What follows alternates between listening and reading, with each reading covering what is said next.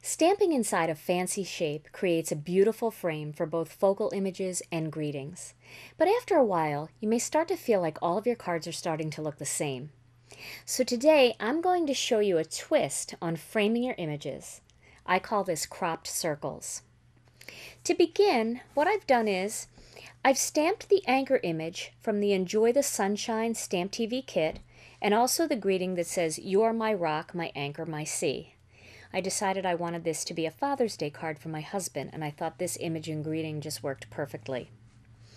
And then what I've done is I've cut them out using nestabilities, and you can do this either with dies or with punches, whatever you have.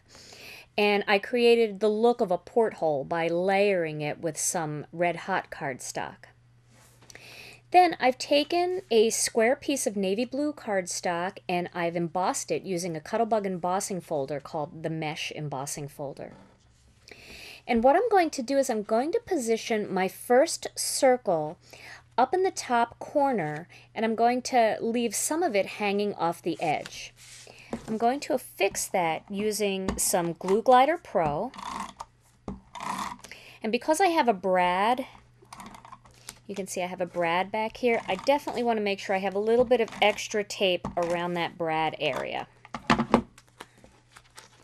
And then I'm going to place this so that parts of the top and the side of the circle are extended off of my navy cardstock, like that.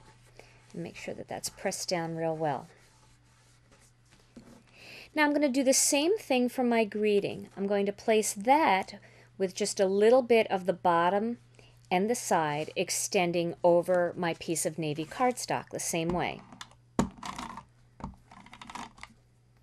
And again, I'm using some Glue Glider Pro to stick it on.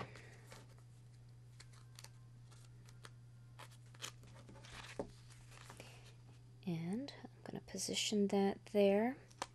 So you can see once again, my circle is extending off of my piece of navy cardstock. Now the next step is where the cropped circles come in. I'm going to take a paper cutter and get this all lined up and show you what I mean. The next step is to line up the edge of my navy cardstock right along the blade edge. And I can do that by feeling it, making sure that it's snug against the blade at the top of the piece of navy and at the bottom of the piece of navy. And then I'm going to trim off the excess of that circle that's sticking out, like that. Then I'm going to turn it a quarter turn and I'm going to do the same thing, making sure that it's right up against the blade, top and bottom. Turn it another quarter turn and do the same thing.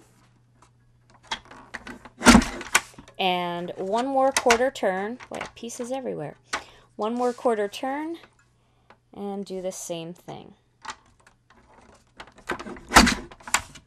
And now you can see that my circles are cropped as if they were just coming into the card. And then I'll show you how I assemble the card. I've created a white matte layer to go behind my navy piece, and then this whole piece is going to sit right on top of some more of the red hot cardstock. Now when you're doing a technique like this, it's really better for cutting that the white pieces that you use for these two circles are the 80-pound Gina K Designs cardstock, because with all those layers, it's much easier to trim the 80-pound than it is to trim the 120-pound heavy base weight. There we go.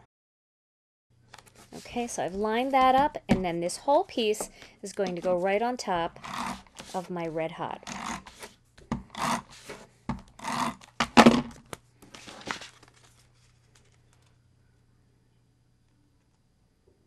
There we go. And there is my nice little nautical card, red, white, and blue themed, with the circles cropped towards the edges. Try this type of sketch using other shapes like ovals and some of the fancier labels for a whole new twist on framing your images.